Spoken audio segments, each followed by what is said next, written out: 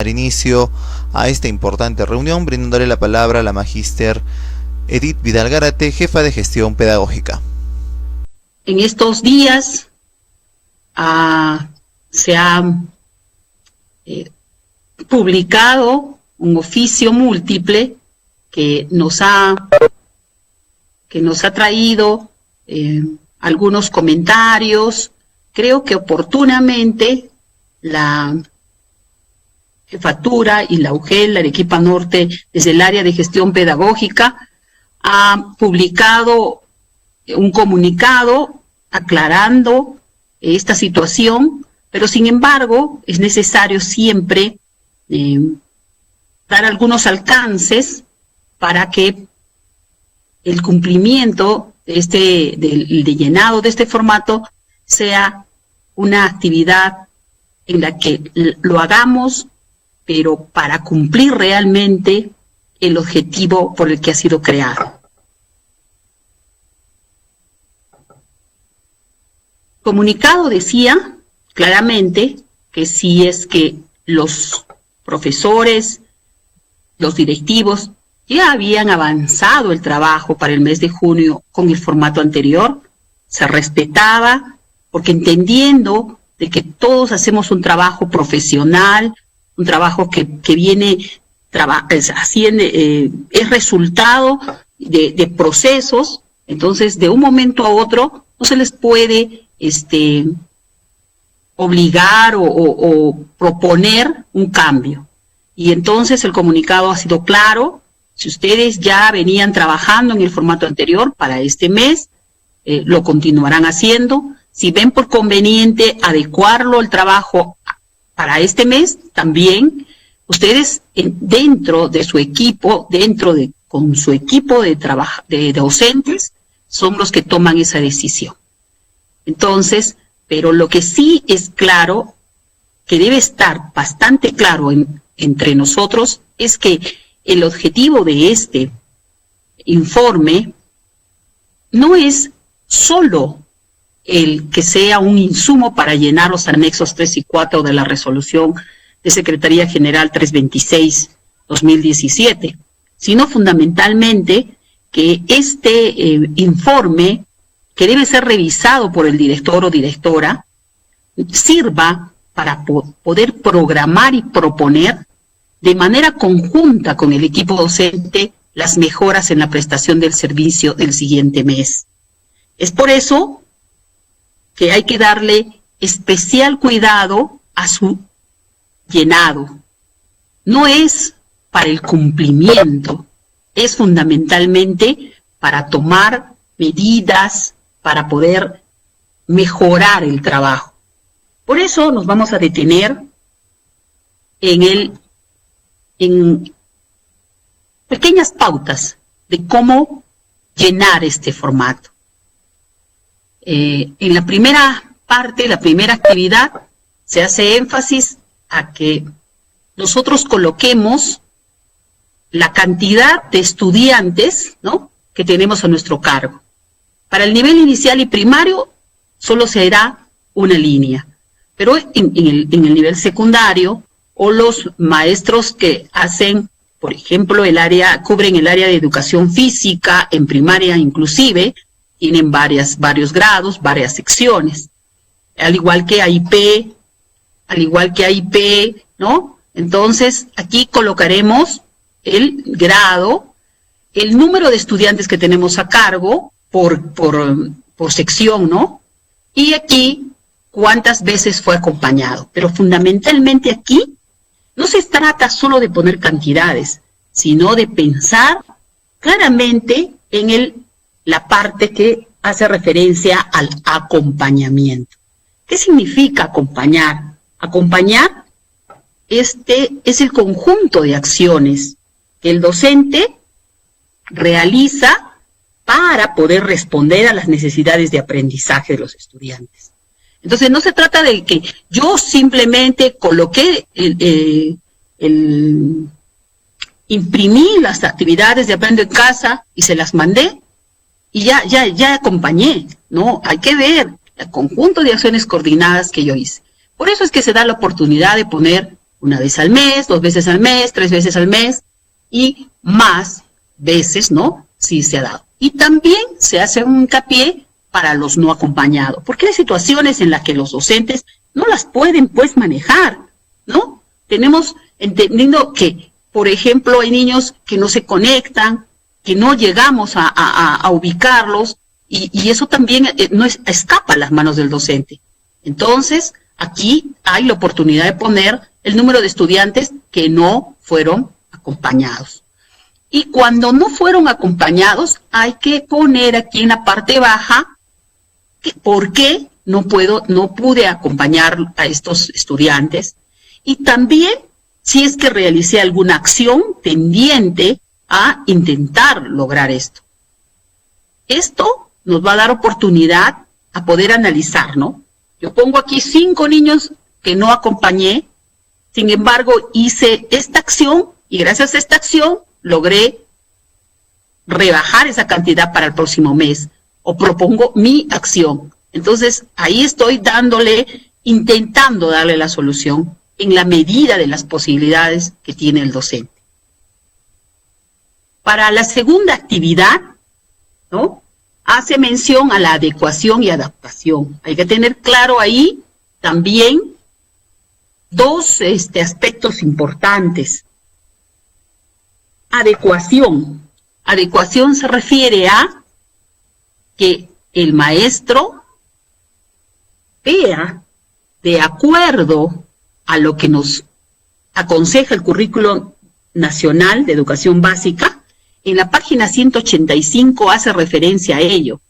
Cómo contextualizar, cómo ver que lo que me dan Aprendo en Casa está de acuerdo a las necesidades de aprendizaje de mis chicos y a las necesidades y al entorno también donde estoy desarrollando. Es importante eso. No podemos, es cierto que las actividades ya vienen en Aprendo en Casa, están los propósitos, está la evidencia, pero hay que ver si la actividad va a necesitar de una adecuación. Y entonces, aquí yo coloco el nombre de la actividad y las acciones, las actividades que yo propuse para adecuar esto a mi realidad. Y cuando hablo de adaptaciones, se refiere también a las acciones que, entendiendo de que somos instituciones inclusivas, albergamos niños con necesidades especiales. Y entonces también, ¿no? Yo no puedo pedirle las mismas acciones a un niño que no cuenta con necesidades especiales como al que sí lo tiene. Entonces va a ser necesario algunas actividades, ¿no?, en relación a Aprendo en Casa que deben de ser adaptadas para ellos. Respecto a la actividad 3, en la actividad 3 nos pide, también quiero hacer un poquito de hincapié, y en la ficha anterior hablaba de el recojo de evidencias.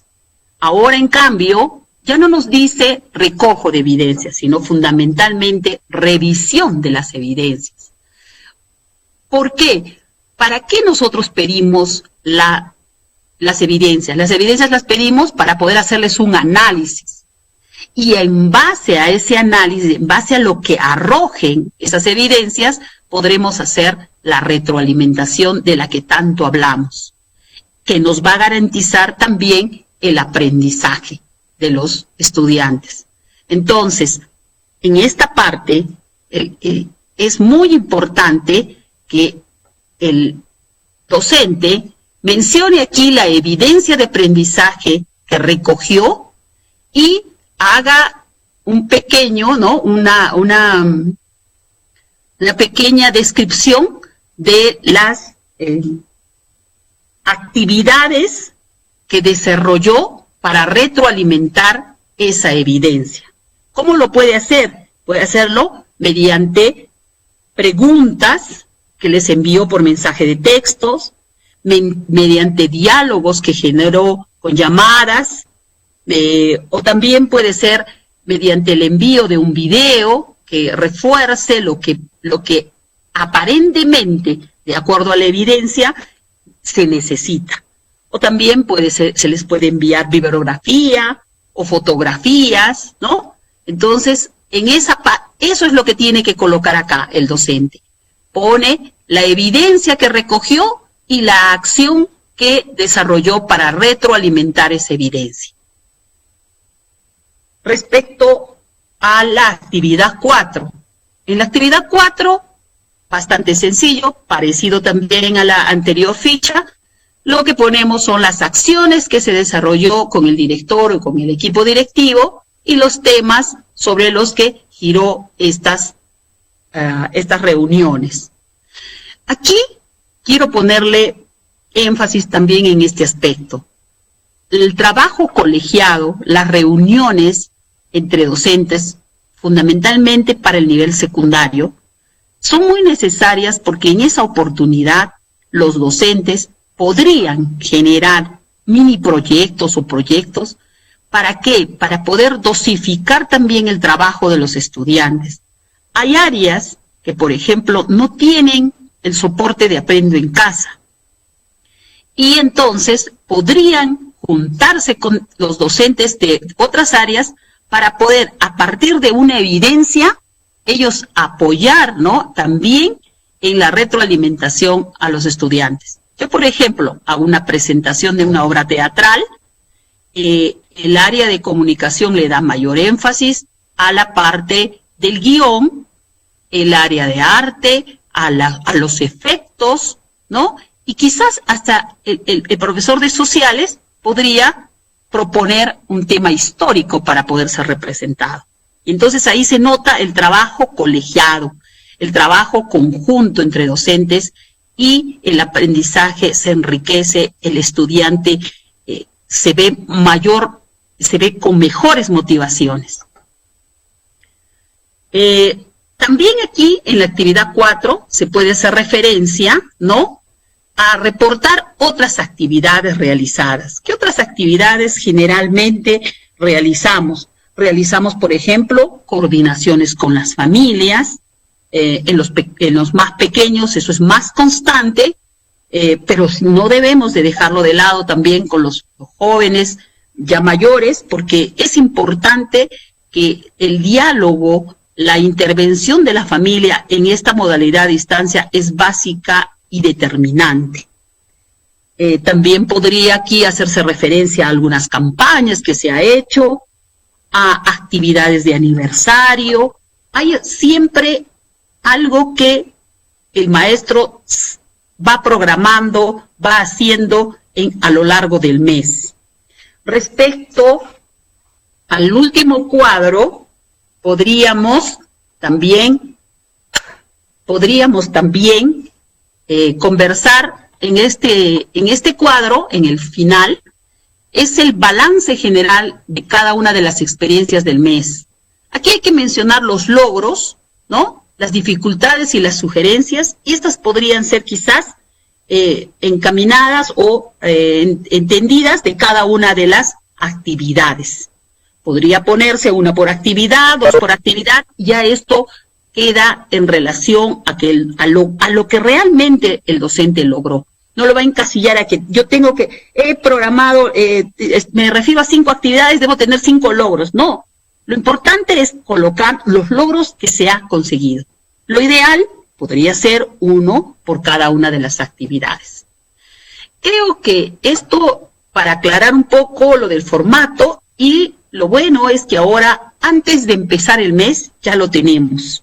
Y entonces, cuando ya lo tenemos, sabemos qué hacer para poder tener facilidad a llenarlo para el próximo mes.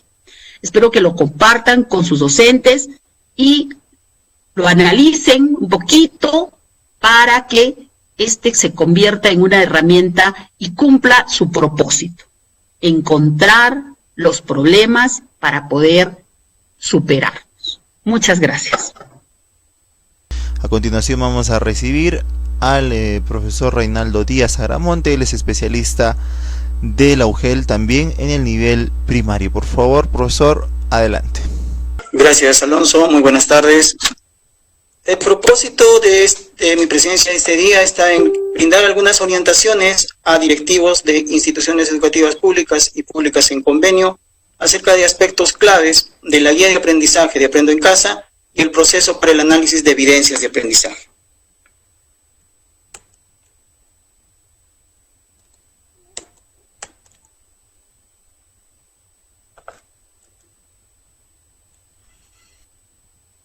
Todos sabemos que durante la modalidad de distancia, los docentes tienen fundamentalmente un trabajo de revisión de las actividades educativas que se proponen en la estrategia Aprendo en Casa. Es fundamental que nuestros maestros revisen cada una de los multicanales en donde están propuestas diferentes experiencias de aprendizaje, proyectos integradores, los cuales nos van a llevar al desarrollo y logro de competencias. Es importante que la revisión sea exhaustiva para que de esta manera ellos puedan, como dice ahí, complementar y contextualizar actividades, de ser necesario, pertinentes a la situación de sus estudiantes y de las familias.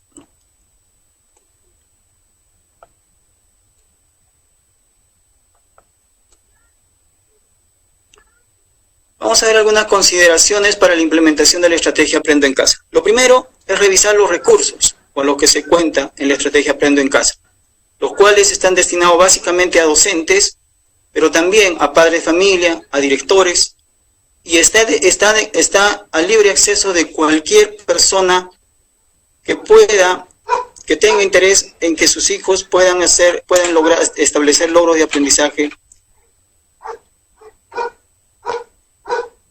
Además de esto, analizar las actividades, las competencias implicadas en su desarrollo, de manera que se pueda dar continuidad, ampliar y consolidar dichos aprendizajes. Es decir, que mediante la estrategia Aprendo en Casa también ofrece un conjunto de experiencias de aprendizajes, materiales, recursos educativos orientados a favorecer los aprendizajes de los estudiantes a nivel nacional. Al ser una propuesta nacional, se hace indispensable su análisis, su lectura, para poder en este marco realizar la contextualización que sea necesaria, así como las adaptaciones o las actividades complementarias que puedan surgir a partir de que respondan a la realidad en que cada docente, cada institución educativa se desenvuelve de manera cotidiana. Dentro de lo que es la estrategia Aprendo en Casa, sabemos que tenemos tres plataformas. La plataforma web nos presenta primero la programación semanal por competencias. Aquí nosotros podemos encontrar las experiencias de aprendizaje, las áreas, las competencias y las actividades que se van a desarrollar durante esta semana. Esto debe ser conocido por los docentes para que de esta manera también ellos vayan a ver a lo que se van a enfrentar y también puedan ellos manejar posibles dudas que los estudiantes puedan tener. También aquí contamos con el planificador de actividades. Este planificador de actividades está integrado por la denominación de la experiencia de aprendizaje, la descripción de la experiencia de aprendizaje, donde están las actividades que se van a desarrollar, y las actividades que se desarrollarán durante la semana. La web, a diferencia de las otras canales, de los otros multicanales que ofrece la estrategia Aprendo en Casa, ofrece actividades desarrolladas diariamente, ¿no? Las cuales tienen que ser revisadas y de todas maneras, de ser necesario hacer las adaptaciones que vean por conveniente el docente en función de la realidad del estudiante. En el caso de la televisión, también se cuenta por una programación semanal, ¿no?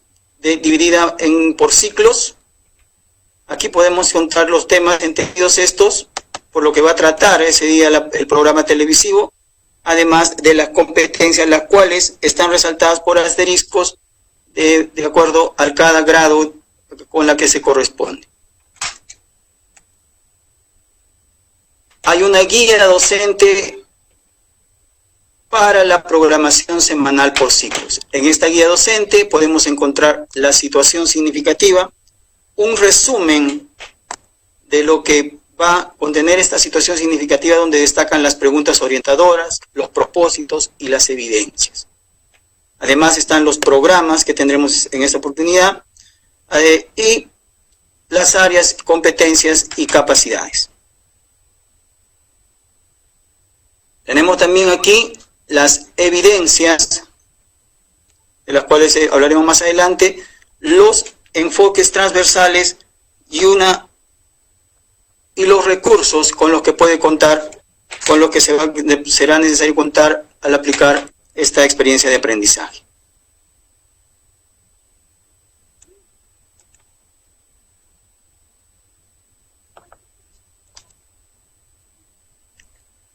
En cuanto a radio, contamos también con una programación semanal por competencias.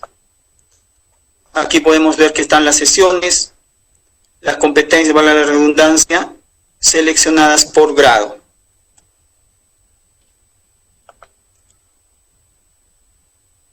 Está la guía docente para la programación semanal por ciclos. Aquí tenemos un proyecto integrador, donde se puede ver el proyecto integrador. Un resumen del mismo, donde podemos destacar los propósitos del proyecto, las preguntas orientadoras, así como las competencias priorizadas, las cuales están seleccionadas por grado. Acá también tenemos la programación del mes, las evidencias de aprendizaje, un cuadro bajo el título de evidencias de aprendizaje, donde podemos encontrar las áreas, las evidencias y los criterios. Esta plataforma de radio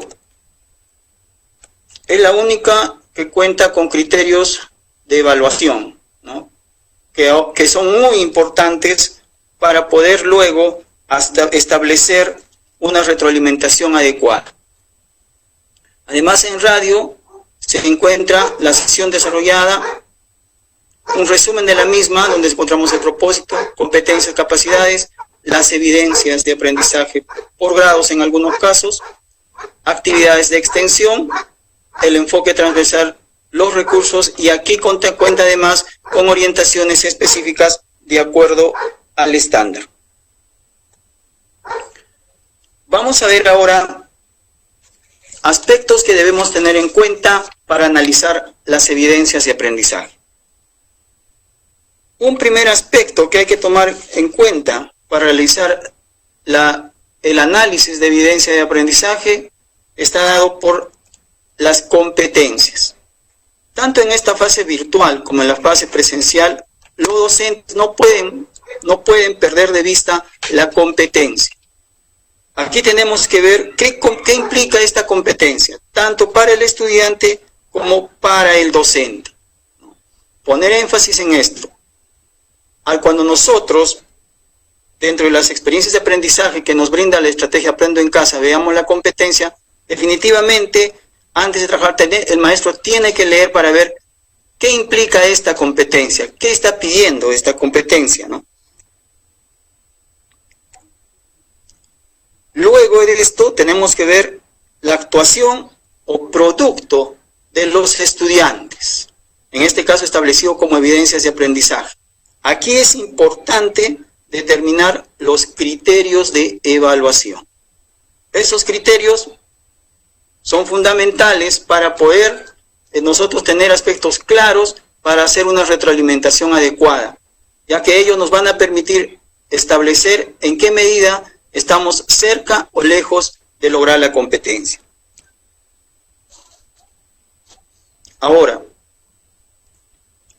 aquí vamos a tener en cuenta, dentro de la estrategia Aprendo en Casa,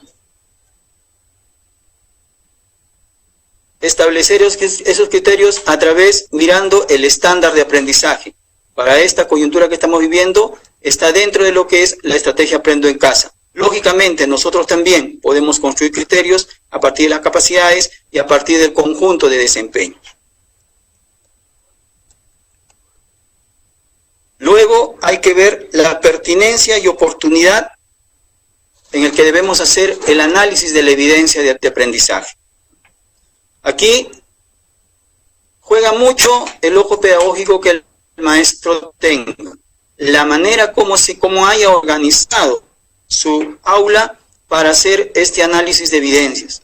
No se puede hacer un análisis de evidencias, una cantidad total de evidencias, ¿no? Se analizan todas, pero se puede distribuir en función a cómo está el aprendizaje de cada uno de sus estudiantes, enfatizando aquellos que tienen mayores debilidades para poder así garantizar el logro de la competencia. Las evidencias de aprendizaje vienen a ser producciones y o actuaciones realizadas por los estudiantes en situaciones definidas y como parte integral de su proceso de aprendizaje, mediante las cuales se puede interpretar e identificar lo que han aprendido y el nivel de logro en relación a la competencia, y además en relación a los propósitos de aprendizaje establecidos y cómo lo han aprendido. Esto lo podemos ver en la resolución viceministerial 093. En el análisis de la evidencia hay que prestar atención a las fortalezas y debilidades que muestren los estudiantes a lo largo del proceso. El rol mediador del docente en este contexto es muy importante, porque de esta manera tenemos que ir viendo el acompañamiento que le damos durante el proceso de logro de aprendizajes. También nos va a permitir prever las adecuaciones necesarias que les den la oportunidad de fortalecer el proceso de logro de aprendizajes. Se ha mencionado también que las evidencias proveen información importante para la retroalimentación. Pero las evidencias por sí solas, no. Tenemos que construir criterios adecuados, con un lenguaje claro y sencillo, y que sea conocido por los estudiantes, para que nosotros a partir de esos criterios podamos ver dónde poder hacer la retroalimentación, la cual no solo se hace al aspecto de las debilidades, sino también a aquellos logros que va alcanzando el estudiante en relación a la competencia. En el recojo de evidencias hay que tener mucho cuidado, ya que no todo producto que se nos presente es una evidencia. Por eso es importante establecer una línea, que lo vamos a ver más adelante, para ver realmente qué queremos, ¿no? Porque como se llama, una foto por sí sola no es una evidencia. No es una evidencia de aprendizaje. Puede ser una evidencia de una acción, si está mirando la televisión o si está leyendo un cuaderno, pero no constituye una evidencia de aprendizaje. Esta tiene que estar definitivamente relacionada a la competencia, en muy estrecha relación con el propósito que se ha planteado para esa actividad de aprendizaje. Entonces acá hay aspectos que debemos que ya vienen destacando, ¿no? El propósito, la competencia, la evidencia. Entonces, dentro de la guía docente hay que establecer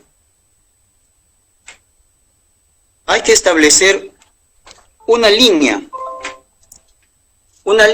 entre los elementos que vemos acá, entre el propósito, la evidencia y las competencias y capacidades. Pero ¿por qué establecer una línea dentro de la guía de programación docente semanal? ¿Por qué hacerlo? Porque esto nos va a permitir establecer coherentemente entre lo que estamos esperando y lo que el estudiante pueda producir en relación a la evidencia. ¿Por qué establecer esta línea? Porque al establecer esta línea nos va a permitir plantear en relación a la planificación semanal orientaciones para que los estudiantes vayan y apunten hacia el logro de competencias. Además, al mirar coherentemente estos tres elementos, podemos hacer las adecuaciones que sean necesarias. Y también podemos ya ir pensando en las posibles dudas o necesidades de ayuda que puedan tener nuestros estudiantes para brindarles el acompañamiento adecuado. Veamos aquí, ¿no? Esta es una evidencia del cuarto ciclo, semana 11 de RAI. ¿Cuál es el propósito que se plantea? El propósito de esta sesión es que los estudiantes identifiquen acciones para una buena convivencia en su hogar, Para ello, escucharán un testimonio y una lectura sobre el tema y, a través del diálogo con sus familiares, identificarán acciones que favorecen la convivencia en sus hogares. Finalmente, argumentarán por qué las acciones que han identificado ayudan a mejorar la convivencia en su hogar. Entonces, claramente podemos establecer que hay dos aspectos que se quiere lograr: el que identifiquen las acciones para una buena convivencia en su hogar y el que finalmente argumenten por qué esas acciones que han identificado ayudan a mejorar la convivencia. Tenemos también qué competencia está relacionada, ¿no? Que es convive y participa democráticamente en la búsqueda del bien común, con sus correspondientes capacidades. ¿Y qué evidencia pretendemos? Dice, elabora una lista de acciones que favorezcan una buena convivencia familiar.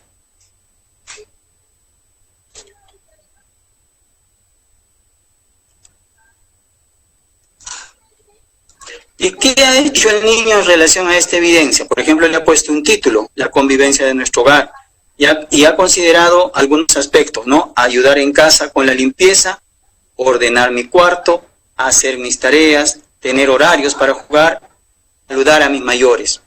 Y acá tenemos la evidencia. Frente a esta evidencia, nosotros nos tenemos que proponer criterios.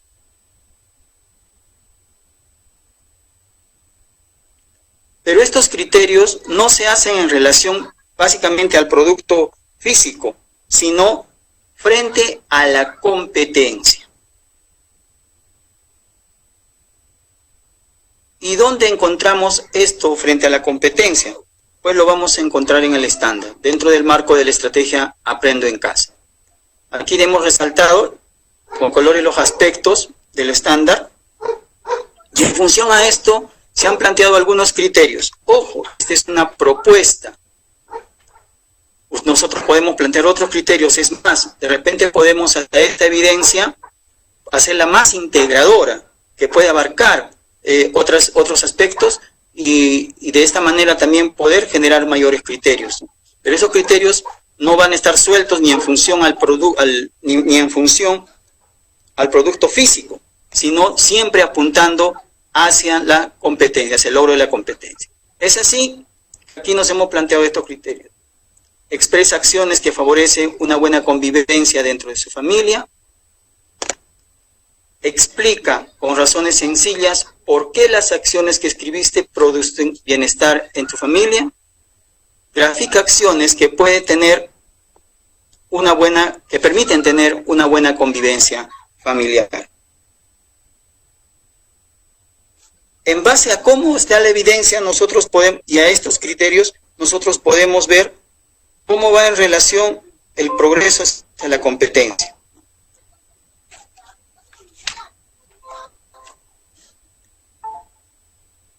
Eso sería todo. Por mi parte, no sin antes agradecer a cada uno de ustedes por su presencia el día de hoy. Muchas gracias. Para el profesor Reinaldo del nivel primario, por favor tome este apunte de las dos preguntas que se ha realizado durante su exposición. ¿Hasta qué punto se puede utilizar los videos en el portafolio virtual docente? ¿Hasta qué punto se puede utilizar los videos en el portafolio virtual docente? La otra, ¿qué hacer si cada medio trata temas diferentes en la semana en la estrategia Aprendo en Casa? Lo cual se vuelve una dificultad en la retroalimentación. ¿Qué hacer si cada medio trata temas diferentes en la semana en la estrategia Aprendo en Casa, lo cual se vuelve una dificultad en la retroalimentación? La primera pregunta dice, ¿hasta qué punto los videos en el portafolio virtual docente? Todos los especialistas hemos puesto énfasis de que no todos los productos que mandan son pues evidencias. Entonces eso va a estar en función del propósito y sobre todo de la competencia que yo voy a pretender lograr, y para esto me va a servir mucho lo que es los criterios que yo vaya a determinar. Entonces, si el producto, si esa evidencia que me están pidiendo después, el video me lo permite evidenciar, pues lo guardaré, pero no creo que sean todos los videos, ¿no? Son aquellos que se constituyen en reales evidencias de aprendizaje, los que se pueden conservar, no todos. Definitivamente, porque como lo hemos venido diciendo, no todos, los productos pues constituyen una evidencia de aprendizaje. Muchos de ellos, muchas fotos, muchos videos incluso que nos han enviado, se constituyen en evidencias puramente de acciones ejecutadas, más no de evidencias de aprendizaje. En la segunda pregunta manifiestan qué hacer si cada medio si cada medio de la plataforma en casa trata temas diferentes, ¿no? Y esto complica lo que es la retroalimentación. Es fundamental que ya a estas alturas, bueno, es un poco extraño porque todos ya debemos tener definido con cuál de los medios con los de las plataformas multicanal estamos trabajando. Entonces, y en función a eso, nosotros ver esas evidencias que nos permitan visualizar el logro de aprendizaje en función a la competencia y al proyecto integrador final, ¿no? De esa manera, no que se llama tratar de trabajar con todas los canales que nos ofrece la plataforma Aprendo en Casa, ¿no?